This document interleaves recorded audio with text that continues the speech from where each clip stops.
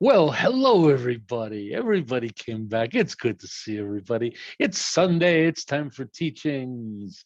I'm thrilled to be here with everybody. I'm especially thrilled because we're not in a program and we can just have a nice, light, and possibly short teaching. And these are my favorite kind. I don't really have anything prepared. I'm just going to kind of share some ideas with everybody. And today we're going to talk about the bright and happy topic of death and dying. So, and I'm just teasing. And actually, in Buddhism, it's quite fascinating. So it doesn't have to be such a heavy topic like it sounds like it is. It's actually quite interesting. So, like always with SBT, what I like to share with everyone is the broad range of views in the Buddhist community. So, it's easy to pick up a book and have one tradition tell you all you need to know about a topic. But what makes secular Buddhism interesting is our broad range of study and knowledge. And that's what I like to focus on the most in my teachings. Not necessarily telling anybody what to think, but just giving you guys all the information you need to make up your own choices. Again, SBT, we like to inform, but belief is up to you. And especially in this topic, there's a lot of that.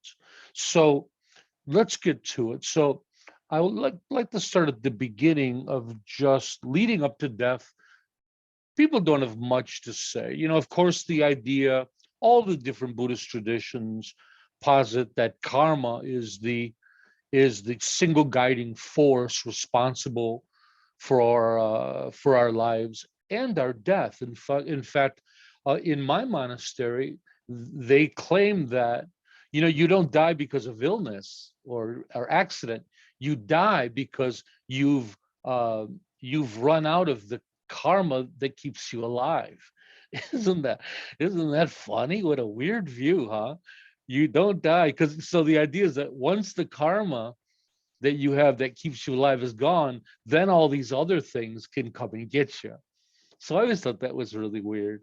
But nevertheless, karma, in their opinion, is what is responsible for all of these things. And secular Buddhism, we have a different view of what karma is than the traditional groups. We see karma as internal cause and effect. It's not so mystical. It's simply cause and effect that if you do certain actions and hold yourself to certain behaviors, there's a likely outcome of those. But we also do see karma not as a absolute, but as a potentiality. So by acting in certain ways, we create the potentiality for certain results. Doesn't guarantee them, but it does make them more likely. I don't think anybody could argue with that, right? You go around causing trouble. We all know sooner or later that's going to come back to you. And if you, and it's not guaranteed, and then you live a good life and you're good to people, then you're honest. We all know that chances are, that's going to benefit you. Again, not guaranteed. Bad things happen to good people and good things happen to bad people. So the conversation of death and dying becomes interesting when we get right up to it. One of the fascinating things about death is that what Buddhists are kind of known for being experts at death, and this is kind of quite fascinating. And so they say that Buddhists die as professionals. Isn't that weird? Yeah, the idea that but it's a nice idea. The idea is that we're prepared for it. The idea is that we've spent our life investigating it. We have an idea how it works. We've mastered the practices and techniques for going through it. And when the time comes, we do it, hopefully with grace, depending on how you die, of course. So I always think that that's quite a lovely thought. And it's an accurate one. When you are educated and you understand the process and you've put time into contemplating it and coming to terms with all the aspects of the process, it does dispel all the fear.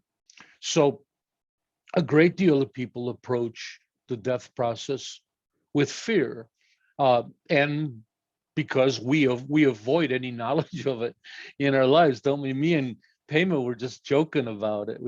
She says, "Oh, it's the class tonight." I said, "Shh, don't say it. Don't talk about it." When I was younger, as a Buddhist practice, I worked with hospice. And if some of you don't know, hospice is uh, an organization that helps people die. And I don't mean they pull the plug on. They don't train us to pull the plug. I mean, when you're prescribed, when you're diagnosed to have 6 months or less to live, you can go to hospice and you can die in a meaningful way. They're experts on the dying process, and they have things like they can prescribe painkillers and things that hospitals can't. So the idea is a hospital, no matter what your condition, because of insurance and other things, they have to try to keep you alive, right? Even if you're diagnosed with cancer and they know you're dying, at the moment you begin to die, they have to try to resuscitate you, which is just crazy, isn't it? So hospice isn't so foolish. Hospice, they know you're going to die and they prepare you for it, and they let you die with dignity. A wonderful organization. So I worked with hospice about 10 years, and I worked with actively dying people, which means towards the end, I worked in some hospitals, I worked in homes, but at the end, I worked with the actively dying, which would mean I would get phone calls at 3 a.m, and it would be, "Mr. Smith is passing away. Can you go and sit with him and the family?" And I'd go over and help, and then I would do some grief counseling and those kind of things. The greatest thing about hospice, and by the way, I recommend everybody volunteer, it's the education they give you. They offer like a 6-week training program, and they teach you all about death and the dying process. And they would have really interesting people come in and talk to us. One woman talked to us about her son was dying, and they were in hospice, a little boy, and she was talking about how guilty she felt because towards the end, all she could do was pray for him to die, that she just couldn't take it anymore and she couldn't see him suffer. And all she wanted was for him to die as fast as possible. And she talked about the guilt. So we had really had some inside information about the dying process. But through the education, and when you know how people die with different diseases, that information frees you. And the old saying, you never really live until you come to terms with death. So we all try to hide from it, but guess what? There's no hiding from it. Way back in your mind, that existential worry of your own demise, your one day demise, which we all know is coming, right? No one survives life, right? And doctors only prolong life. They never save our lives. Nobody survives life. So we all know it's there. It's in the back of our minds. We just try to hide from it, but it's always there. And what happens is it just looms over our lives in very subtle and conscious ways. And it manifests in our emotions and things we do in ways that most of us aren't aware of. So that's the idea in Buddhism, is that we investigate every aspect of our existence, right? Buddhism leaves no stone unturned. We have our little trusty flashlights, and we shine it into every corner of our minds, getting to know ourselves. Anywhere that fear or the kind of mental afflictions lay, we shine our light in there, and we can do it slowly, softly, and gently. But the idea is to peel the onion and get to it and really figure out who we are. And so, in short, when we understand the death process, it really frees us. And then the next thing that makes Buddha so great about it is that death is considered the greatest opportunity to become awakened. So if you can't become enlightened throughout your lifetime, death itself is the greatest opportunity, the one and only. So what that means is, for Buddhists, we are continually working towards something, and death itself becomes our big day, right? We're all working towards this. We're all practicing. And even if you're in the hospital and you're old and you're dying, you're practicing wholeheartedly until that moment, right? You're working your way all the way to the end. This brings a great energy to the whole process. In hospice, what you watch is that people get diagnosed with dying and they kind of shut off, and they're there, they're living, but what they're doing is they're just waiting to die. They don't seem to have a practice, depending on the religions, of course, but they're hoping that they were good people in their lives and they're going to go to heaven. But in a sense, there's no real work to be done. Of course, they'll engage in prayer, they'll read from their holy texts. But for a Buddhist, approaching death is the most important time to practice. That's where we kick it in and we do our greatest practice. So all the way up to the moment of death, we're putting on the gas, trying to gain more and more understanding and practice, so that when we begin to die, we have an incredible death.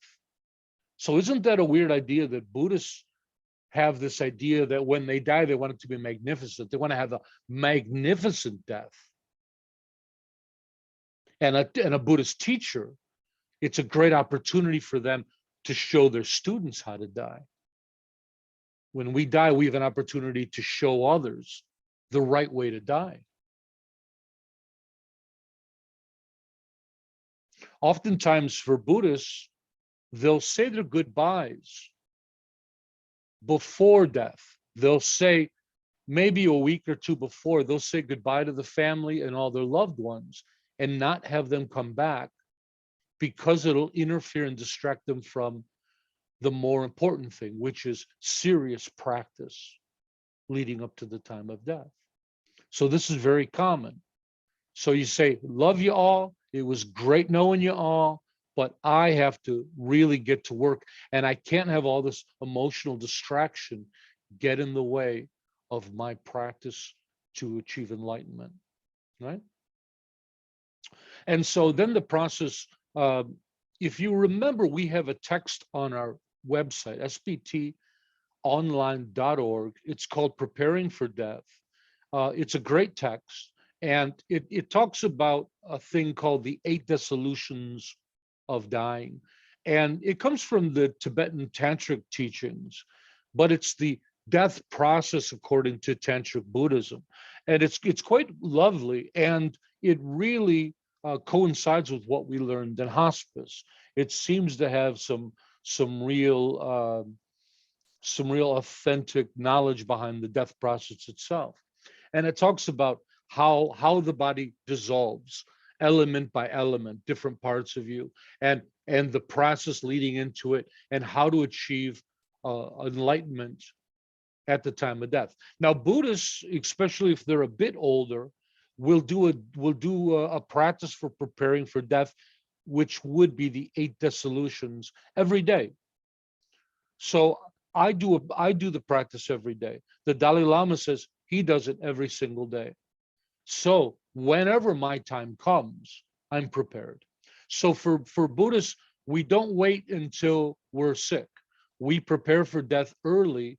We've developed the practice so we can cultivate the skills, so that when death comes, we don't even have to think about it. The practice is already there. And the practice itself of the 8 Dissolutions is literally practicing dying. So in the visualization, in the meditation, you imagine those states one by one, and you meditate on them. And so when the time comes, your mind may be confused. There's a lot of confusion at the time of death. But because you've practiced these, they should just kick in and you're able to do them. Okay, so that's the process of dying up to the death process. Now, the more interesting thing for everybody is always the afterlife, right? So what happens to us afterwards? And this is different within different Buddhist traditions. So it brings up the question of rebirth. Now, in secular Buddhism, oftentimes people think, well, all secular Buddhists don't believe in the rebirth process. But actually, that's not true. I find that the majority of secular Buddhists do have a belief in rebirth. The difference is secular Buddhists, like myself, tend to be agnostic. We know the difference between knowing and believing. I personally don't know that rebirth is real. I have a personal belief in it. And what I'm finding is most secular Buddhists do. The modern father of secular Buddhism, Stephen Batchelor, is more of an extreme secular Buddhist. And there's a lot that he doesn't emphasize or even rejects. Rebirth is one of them. We've all read his books. I'm sure all secular Buddhists know him. Remember, secular Buddhism goes further back than that. India had secular Buddhism in the 19th century. I think even way back, the Zen tends to be quite secular. So, but Stephen's the father of modern secular Buddhism. But Stephen rejects a lot of Buddhist aspects. One of them rebirth, one of them karma, or his take on karma, and others. But what I find is that the majority of secular Buddhist traditions that I see in the world, groups, they tend to be open to the idea, at least. And I think they also just leave it up to the individual. Who here has a belief in rebirth?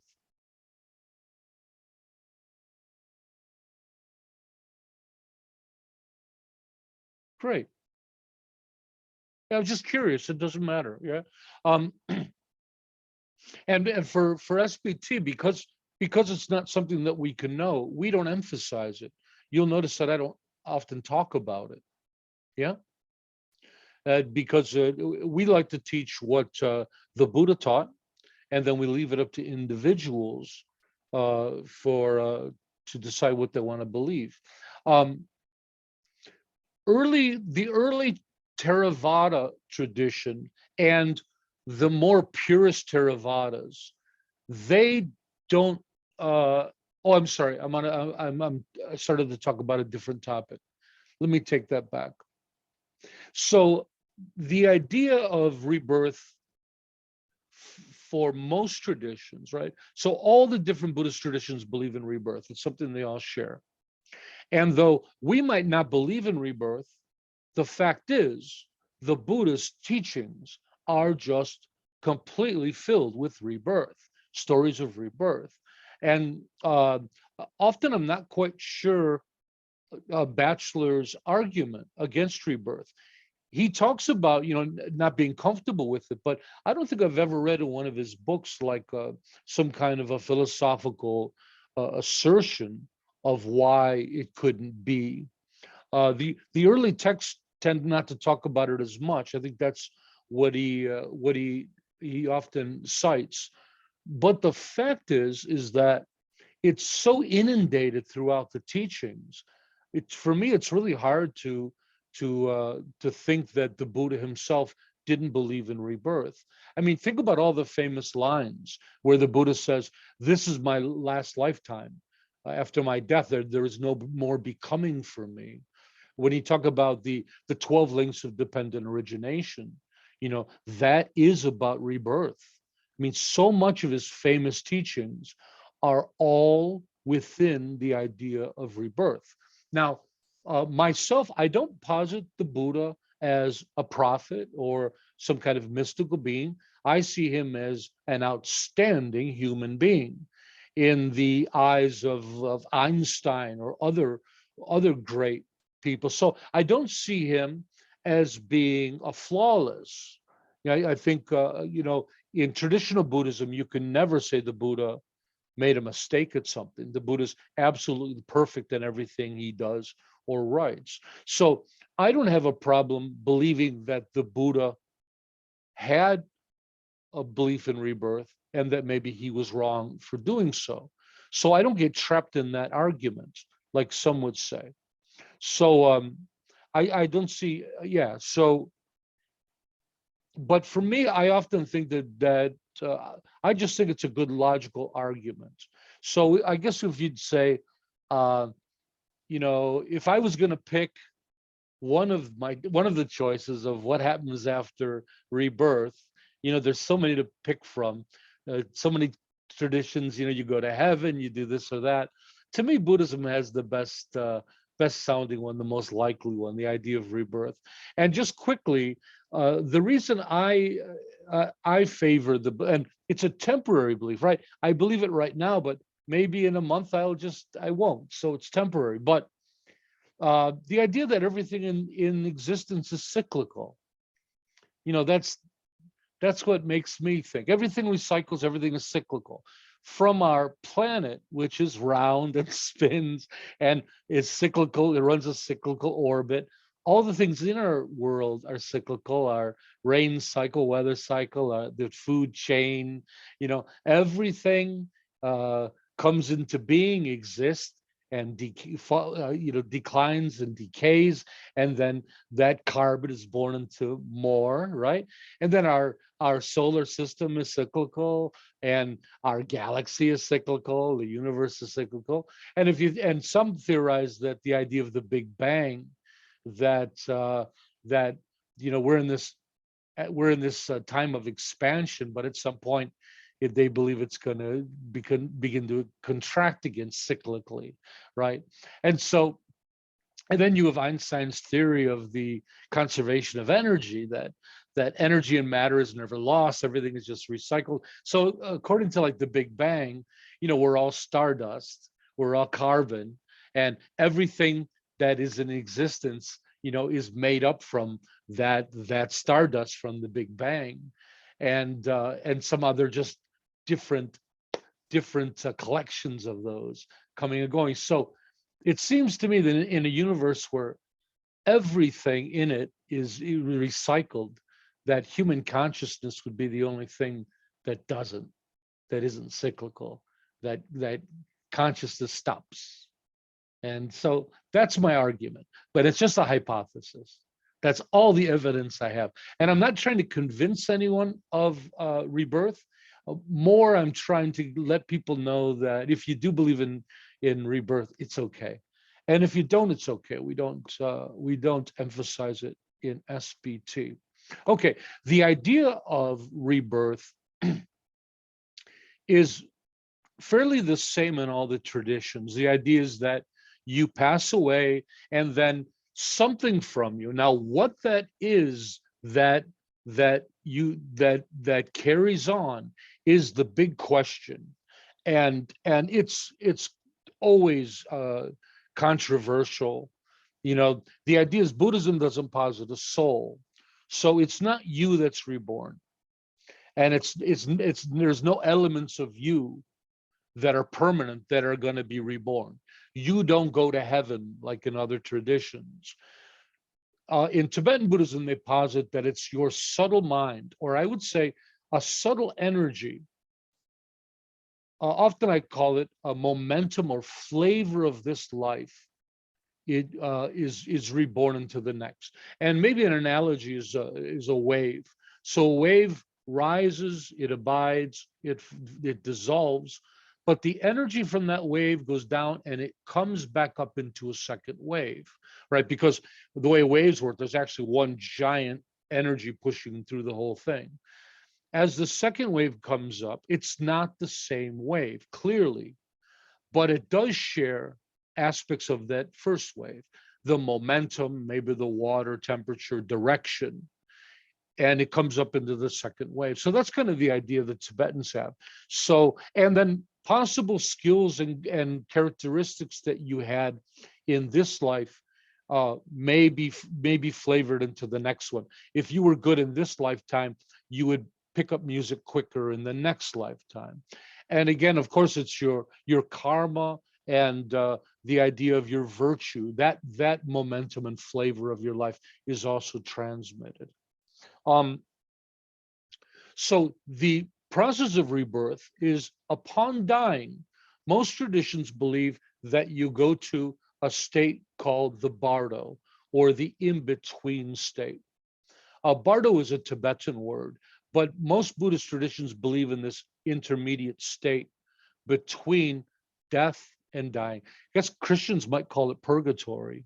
But so early Theravada and kind of Theravada Puritans don't believe in such a thing, because they don't believe that there's any essential thing within us that is going to be reborn. So there's no single element of us that would exist in that state between the two births. So I just want to tell you that up front. But most traditions all seem to have this idea of the intermediate stage. It's the strongest in Tibetan Buddhism, called the Bardo, which means in between. And the reason it's so strong in Tibetan Buddhism is because it was very strong in the indigenous Tibetan religion before Buddhism came there, called the Bon religion. It's spelled B-O-N, but it has that French vowel sound, that U, Bon religion. And the Bon religion had a very, very strong belief in this in-between state. So that flavored Tibetan Buddhism, and Tibetan Buddhism made it into a big party. Maybe some of you have read the Tibetan Book of Dying, which became very famous because of hippies in the 60s and 70s. It's a book from the Nyingma tradition, and people love the text, but most Westerners don't know that it was actually a very minor, almost unknown text, that only the Nyingma ever followed it, and even to them it was quite obscure. The West is what made the text famous. And then, like in my tradition of the Gelug school, we don't follow that in our studies of rebirth. So that's an interesting thing to know about. And in that text, it's quite wild. Many hippies thought it was about tripping, and it was a tripping guide, and it was all about hallucinations. And in this, it talks about when you go into the intermediate stage, there's all these wrathful and peaceful deities that you meet, and there's frightening experiencing and all kinds of mystical beings. And boy, it's quite a tale. And the Gelug just don't share it. So that's one of the things about the intermediate state and the Bardo. Other traditions, like the later Theravada, the Zen tradition, they don't write so much about it. It's just like it sounds. It's an intermediate state while you're waiting for the right situation and conditions to arise for you to find a suitable parents to be reborn in, if you are going to be born a human being. Buddhism also posits the 6 realms of existence, which means you can be reborn different things. So traditional Buddhism posits the 6 realms. Starting at the bottom is the hell realms, plural. There's 8 hot and 8 cold hell realms. Then we have the ghost realm, then the animal realm, human realm, asura realm or demigod, fighting god realm, and then the God realm, the peaceful God realm. They believe that these are 6 levels of existence, 6 realms of existence that people can be born into and actually live in. I don't have the belief in these, but that's so according to Tibetan Buddhism, depending on your karma, depending on your virtue, non-virtue, you can be reborn in any one of those states. Human being is the best place to be born because only human beings can become enlightened. we have just the right balance of suffering and happiness. The gods are just living too much luxury and happiness to contemplate spiritual practice. They could care less. Okay, that was a lot to share. And then there's a lot of detail about the Bardo, like how you enter it, what kind of body you have, and I'm not going to get into all of that with everyone. And then upon rebirth, traditional Buddhism posits that you enter the womb at conception, at the point of the sperm entering the egg. That's when you enter the pregnancy. And also the 12 links of existence. It's quite remarkable how they seem to know a lot about the gestation period in ancient Buddhism. The deeply medical things that we'd only discovered within the 20th century, they seem to know the process pretty well. I was always quite astounded by that. And then so much time goes by and you're born. Good, I think I got it all in. And that's birth, right? And I think that's what I want to share. Let's talk about it a little bit. What do you guys think of such a thing? Our Sangha, we have a lot of folks who are coming nearer to death. We have a lot of sick people. We have some older people, Sangha members. And of course, in Buddhism, death is not something to be feared. Death is something that, comes to us all. It's a natural process, just like puberty. And so we can talk about it in an open way and not worry about it. Let me share one more thing. I'll tell you one of the benefits that I like about having a belief in rebirth. And maybe it's silly, but when I believe in rebirth, what I believe is that I've died thousands of times before. So then I think, well, it's no big deal. And even little things like getting older. You reach 50 or you reach 60, where most people are kind of not very happy. To myself, I say, big deal. I've been 50 1,000 times before. I'll be 50 1,000 times again.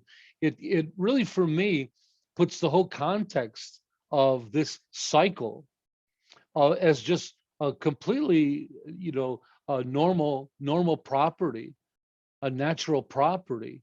And I find peace with it. It's really easy for me to accept it. And even in my life, no matter what's happening, things look so crucial, so important. And I just think, well, this is just one of many lifetimes that I've lived.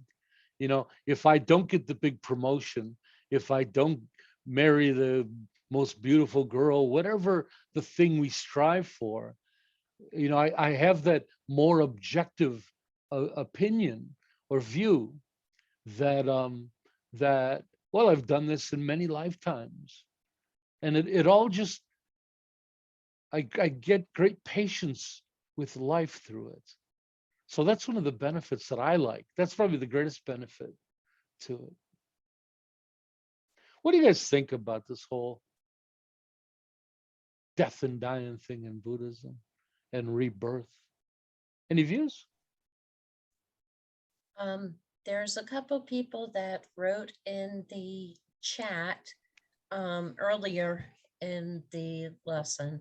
Tom wrote, my partner Chloe is a nurse in hospice and she loves guiding people to a peaceful death. Lisa, she's an angel. Lisa used to do reflexology in hospice.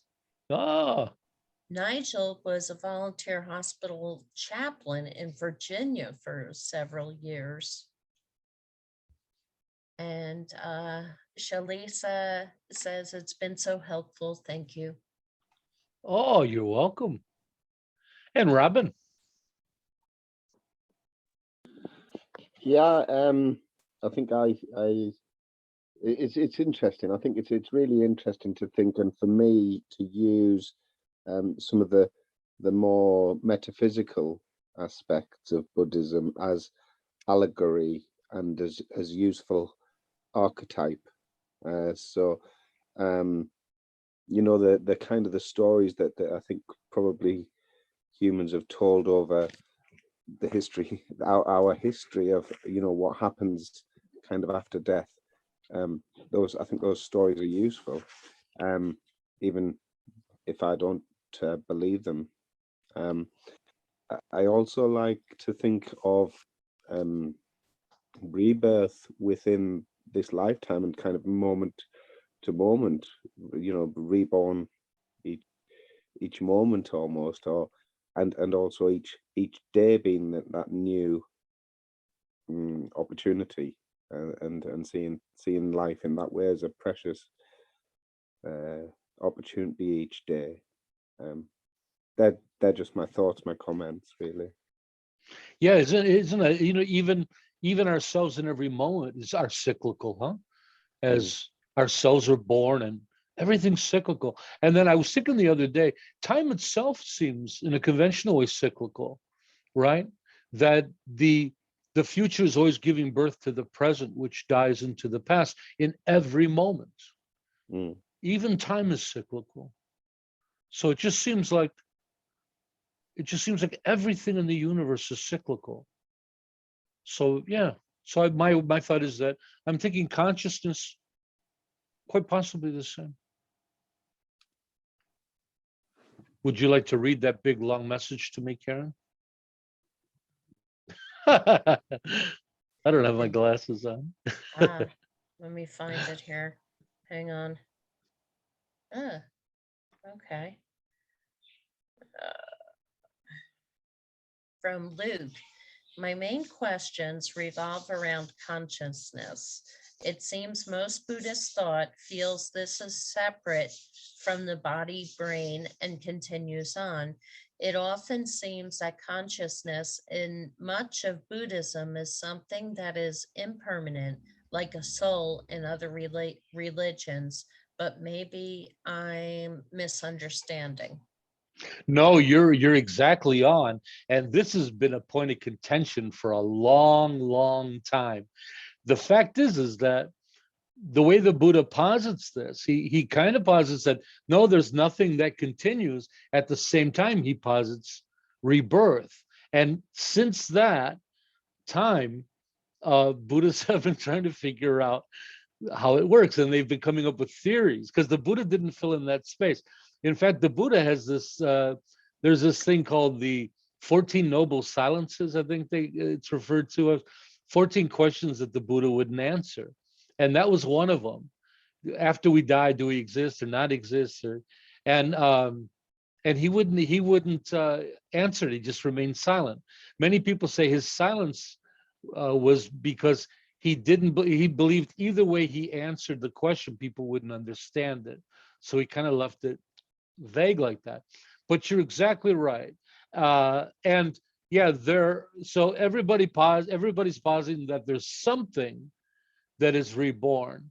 And even consciousness, I would say, in my text, Tibetan Buddhist Essentials, I give that example that there's kind of two forms of consciousness.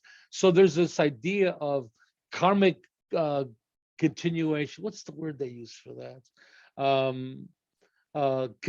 Karmic continuum. And what it is that it's kind of, yeah, like this momentum of like, because when you're reborn, according to traditional Buddhism, you're not the same person in each lifetime, but there is something that connects each one of those lifetimes. And now the Buddha, upon enlightenment, can see all his past lives and all of his future lives, right? And so when you become enlightened, then you're conscious of all of those lives. Then don't they all become you? Doesn't that become one? And then you think, isn't that the same thing as soul? So yes, the whole thing's very confusing. And the reason it's confusing is I don't think anybody's ever really figured it out. Still to this day, people are putting ideas there, but none of them have really worked out very well, philosophically speaking. I think it's a mystery to a lot of groups. People are still debating this among the different traditions. The Dalai Lama says what's reborn is subtle mind. So the mind is considered in three parts: gross, subtle, and very subtle mind. So this very subtle mind is not the conceptual doing mind. It's not you. It's again just this very, very gross energy or mind without any of the characteristics that you think of as yourself. It's not you, but it does have the flavor. You know, all the different lifetimes somebody has in that string. They talk about them like malas on a string. They all share a flavor, and that flavor changes as it goes through them all. So yeah, but the thing about it is it's really easy to confuse that with some kind of a soul. I think the big differences in soul, with a soul, it's you.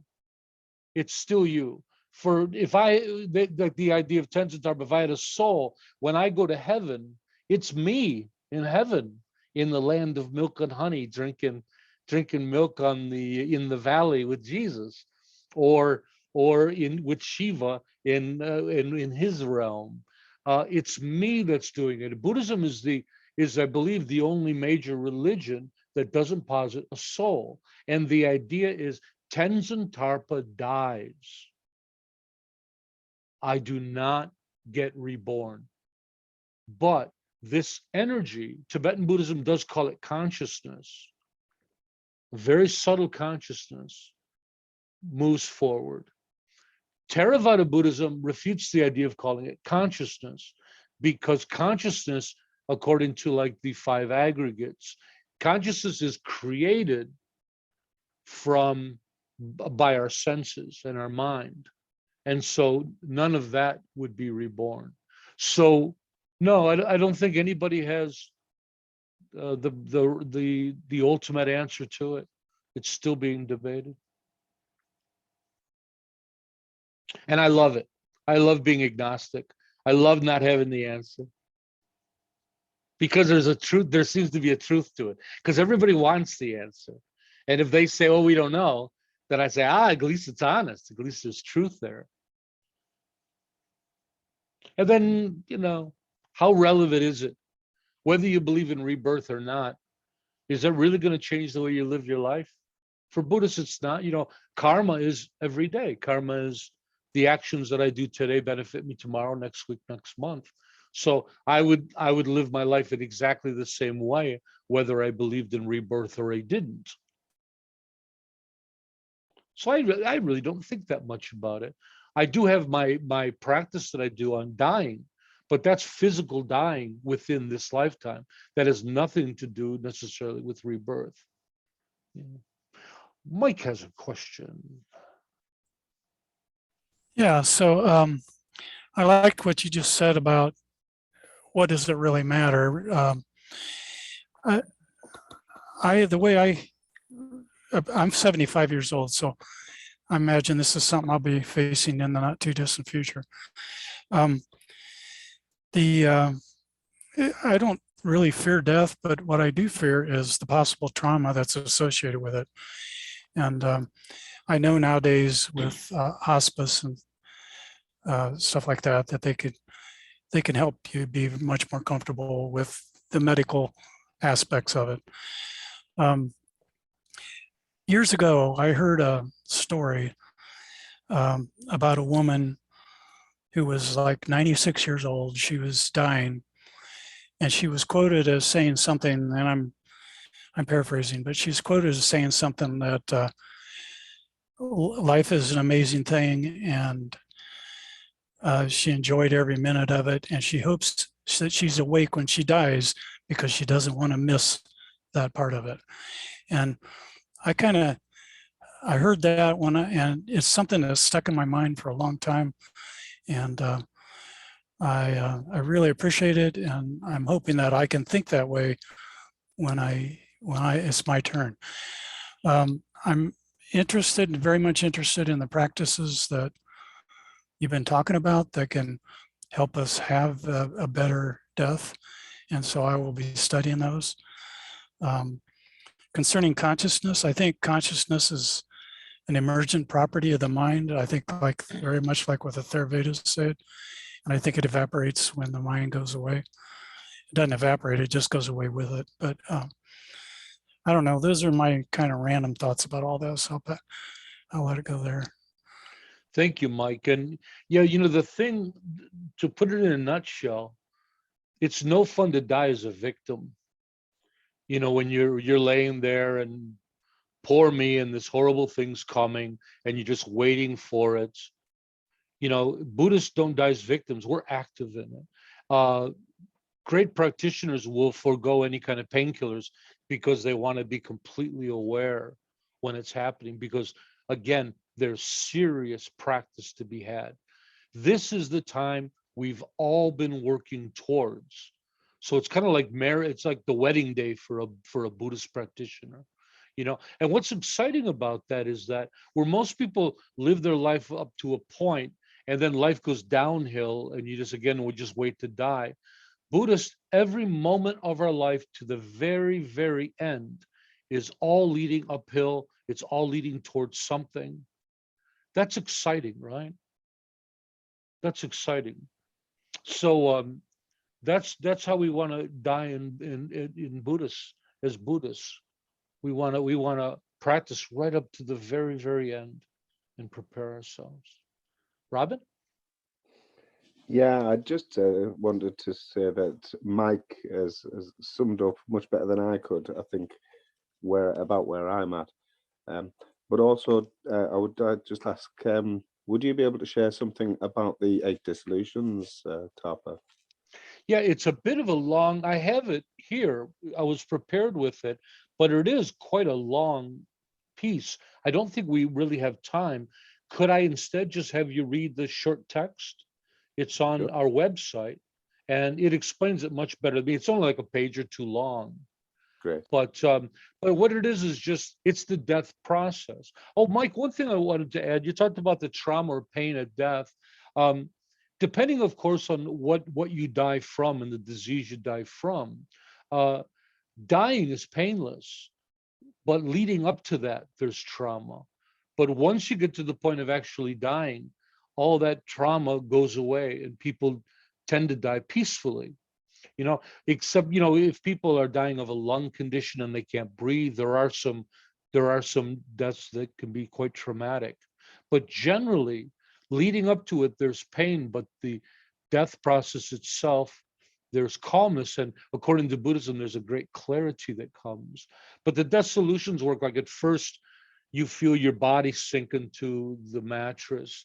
And then the next stage where the liquids seem to dry up, like your mouth dries, certain state where the senses stop operating in certain order. And so, yeah, please read the text. It's very interesting, easy to follow text.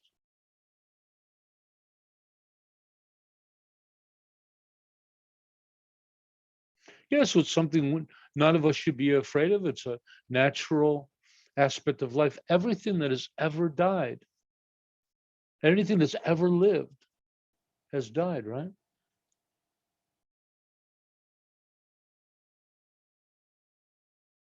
That's kind of the beauty. Like we all take the stage, right? We all take the stage, but at some point the play's over and we reflect on the beauty of the performance, right? The beauty of the life. Chris. So I have a question. If my understanding about the Buddha's teachings is correct, he basically came up with these techniques through observation and study and things like that, as far as, you know, Buddhist practices. So that was through observation. So obviously we can't observe what goes on the other side of death. So where did those beliefs come from within Buddhism? It seems like it's two different approaches to how they arrived there.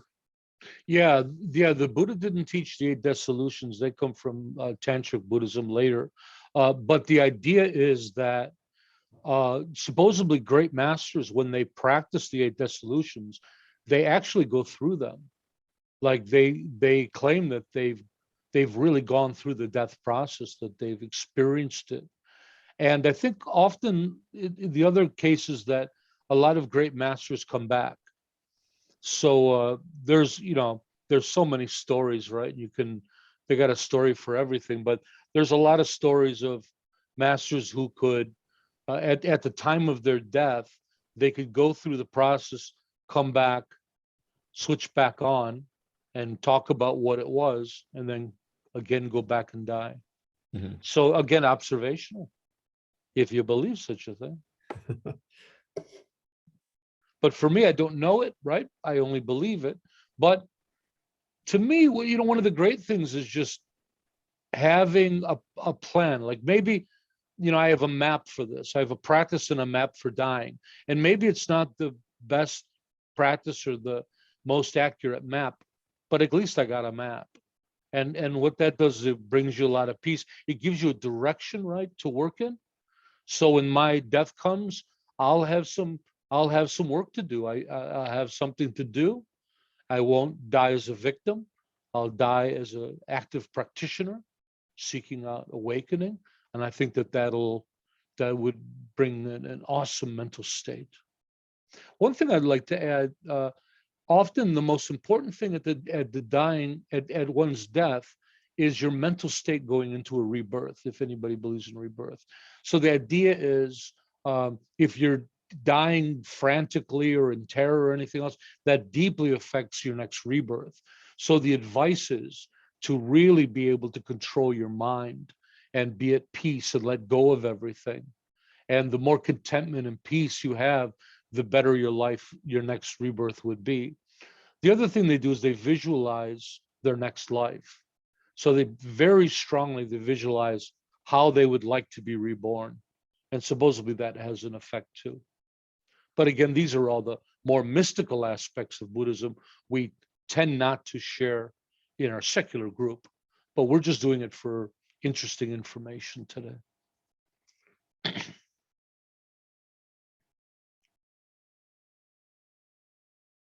Really fascinating subject.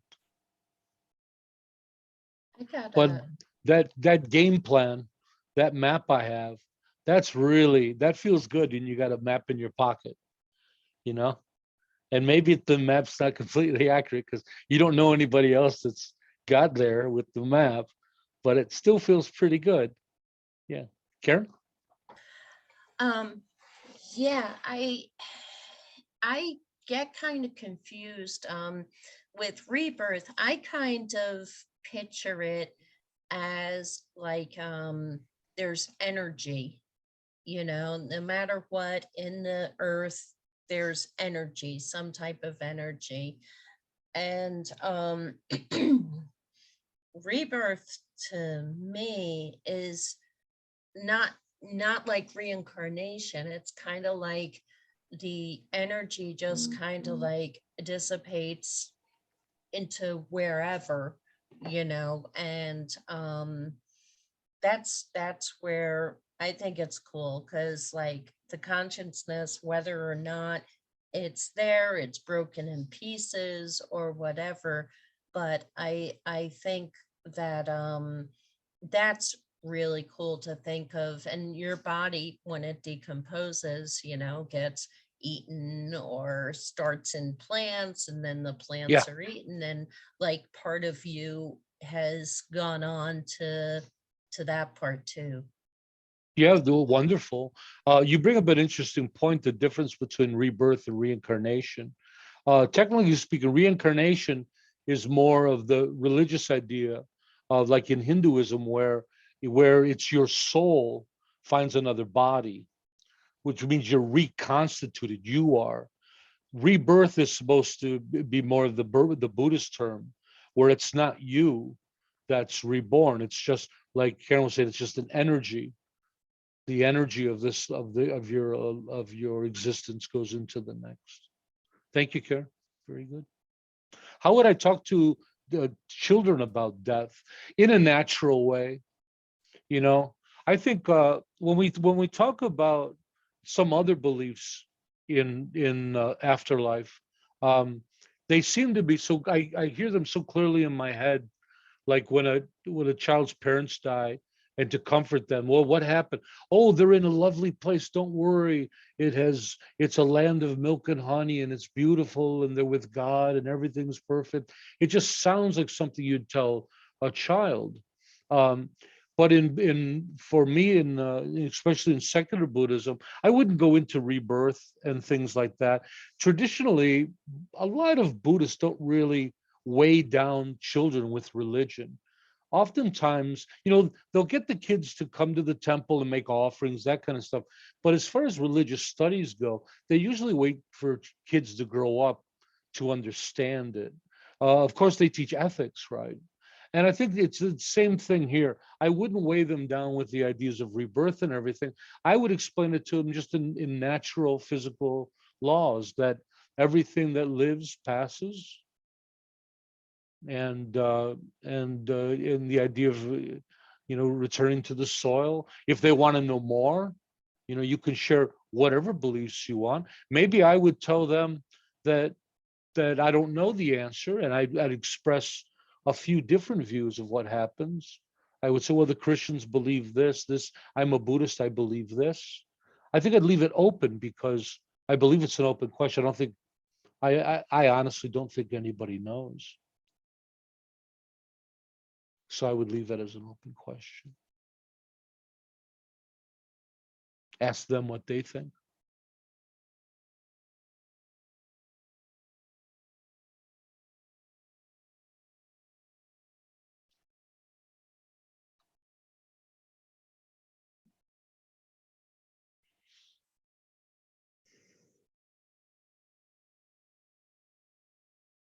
Catherine's awful quiet. I'm suspicious. But I have to get to Yoli first. Yoli, your hand is up. I'm going to ask you a silly question. I'm going to give you a silly answer. Oh, good. I've been watching this Netflix program on mediums talking to the dead. Yeah. And I'm wondering if that's a possibility of how maybe some of our other religious, people have come up with these ideas. And what do you think about the idea of mediums having the ability to talk to the dead? I know I've been entertaining that idea because my mom did pass away during COVID, and I wasn't with her. And so I'm wondering, I know it's a foolish thing to think about, but I'm wondering about that because of that. It's not foolish at all. Buddhism, I don't believe Buddhism would entertain such a thought, though in Tibetan Buddhism, they have these, what do they call these guys? They can talk to spirits, but not necessarily like mediums.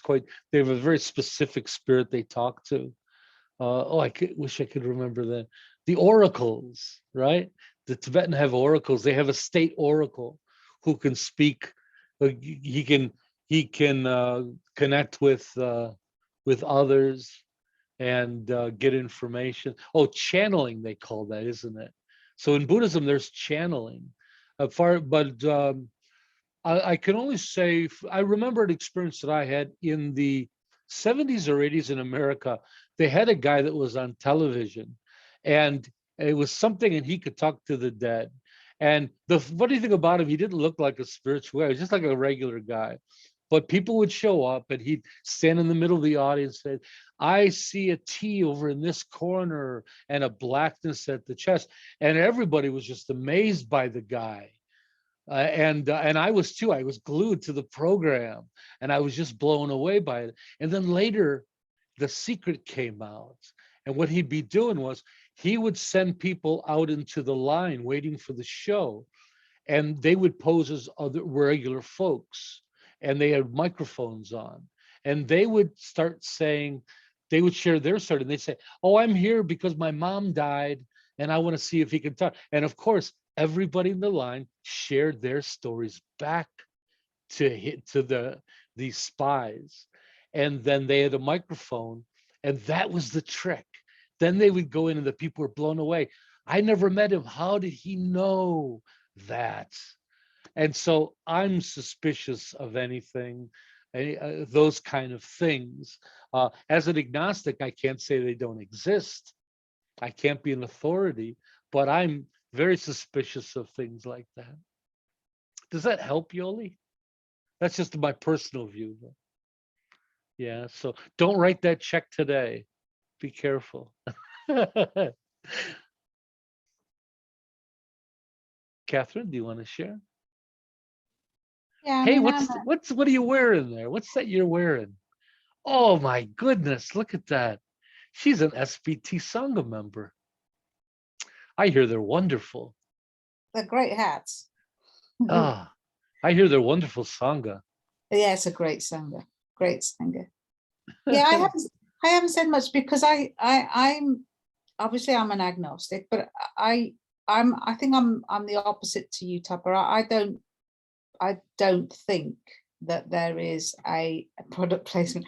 I don't think that there is rebirth of anything. My understanding on the Stephen Batchelor front is that he felt that the Buddha, this is my understanding of what he thinks, I'm not him, didn't really have an opinion because he was more interested in dealing with suffering today, rather than anything else. So he was more interested in what we could do to deal with suffering and how we could flourish in our lives today. And I think my understanding is that he feels that some of the later writings have been influenced by the religions of the time, because they were, a lot of the religions at the time did believe in some sort of rebirth. But I'm not an expert on that. But personally, myself, I don't, if it's not me, which I don't think it is, then if it's just an energy, then what difference does it make? is the answer. So, and it's certainly, I certainly don't think it's going to be me and my experiences. So I have a working hypothesis that I will end, and that's okay. That's my thoughts. Very, very well. And I think a good amount of our Sangha has the same belief. You know, all secular groups have a large member of the Sangha that don't believe in rebirth. And so absolutely fine. And ultimately, just, I think we're all happy in the middle, just all of us realizing none of us know. When I say a belief, I just mean, that means I don't know. But, you know, this one sounds pretty good. So, and as far as Batchelor goes, that's about the same feeling that I have of his view. It's the same, yeah. Thank you. I saw a hand up. Oh, it's Chris, please. I think you have pretty well, Catherine, articulated how I feel as well, or how I believe. One thing that, and I read an article written by somebody who, I forget what their background was, but the thing that stuck out to me was that it's either a feature or a bug in the human psyche that we cannot imagine a world without us in it. And seriously, even if we do, in doing so, we're still the observer of that world. So technically we're still in that world. So how has that influenced mythologies over the millenniums in various rebirth and reincarnation and afterlife belief systems? You know, is that where it really comes from? So yeah, my guess is that it does. I think maybe that's the genesis for the idea of soul, that I don't die and I still exist somewhere else. So I'm open to there being an aluminum can theory that comes into play, or a rebirth theory, but I just, you know, it'll be a happy surprise, I guess, if it's there. And if it's not, it won't be my problem at that point. So it won't matter. So. Very good. And again, to reiterate, I don't know the answer. That's, you know, we make a big distinction between knowing and believing. Mhm. And you'll find after today, I don't talk about rebirth in our classes. It's not in skillful living. It's not going to be in level 2. We just don't talk about it. But when we talk about the subject, we need to know what Buddhism posits about that. We all make choices after that. So, And yeah. one other point that Catherine made too that I thought was spot on is that, and it seems to go against Buddhist practice, I should say to speculate about the afterlife, because when we're doing that, we're not living in the here and now. We're not in this moment. And that seems to be an important focus within Buddhism, is to be present. Excellent. Thank you. It's a very good point. Quite a fascinating subject. I think the big takeaway is that even Buddhism doesn't really have their answers straight on the subject. They like to feel they are. In the monastery, they're so certain about it. But when you look at it, you realize all the different traditions all seem to be struggling to fill in the pieces that don't seem to fit. It shows much more ambiguity about the whole thing. To me, that's the big takeaway. That's the fascinating aspect. And again, I like it sometimes when I don't have the answer. I like the space it opens.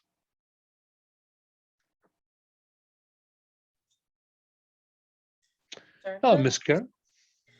Yeah, Chris says product placement and a smiley face. And Anne says, when we do imagine the world without us, we are told we are depressed. Yeah, I read that. Yeah, it's interesting. But I think, I also agree with Chris and everyone that in so many ways, the idea of rebirth is just not important in my practice. I don't think about it. I don't behave differently now because I want a good life afterwards. I do the things I do in this life to benefit myself and others. I'm to awaken in every moment. But I rarely put any thoughts into something that happens next. It's just all hypothesis. It's an interesting thing to think about, but none of my practices, I don't do any practices to assure next rebirth, good rebirth. And ultimately just living a good life is what's going to secure a good rebirth. So we're already doing that. So I'm with Chris. It's a question of just working on ourselves here and now. And again, the eight dissolution practice is not about rebirth. It's about how to die, the physical dying part. It doesn't get into rebirth. It ends at a state called clear consciousness, where you're still in a very subtle consciousness that's still in the body after the body's been pronounced dead. So the eight dissolutions does not get into what happens after that. Fascinating. And with that said, we're running a little bit long. How about we say a prayer? Did anybody have any really important things they needed to share? Thank you for all your ideas on the topic. Really interesting stuff.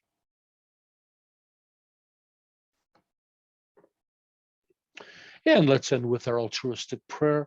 May all be healthy, may all be prosperous, may all be well, may all be present, free of past regret and future worry. May all abide in constant appreciation, which is a source of great joy and contentment. May all realize their true nature and the true nature of reality, which is awakening. This Wednesday, we have a Q&A, and we can continue talking about this. We can all ponder the next couple days and come back and talk about it.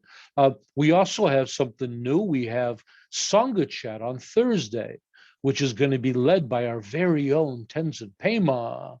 And what it is just, I wanted some time for all of you guys to share your pet stories and all your talk about your hobbies. And I had a lot of requests for just time for everybody to get to know each other and become great friends. I thought, wonderful thing.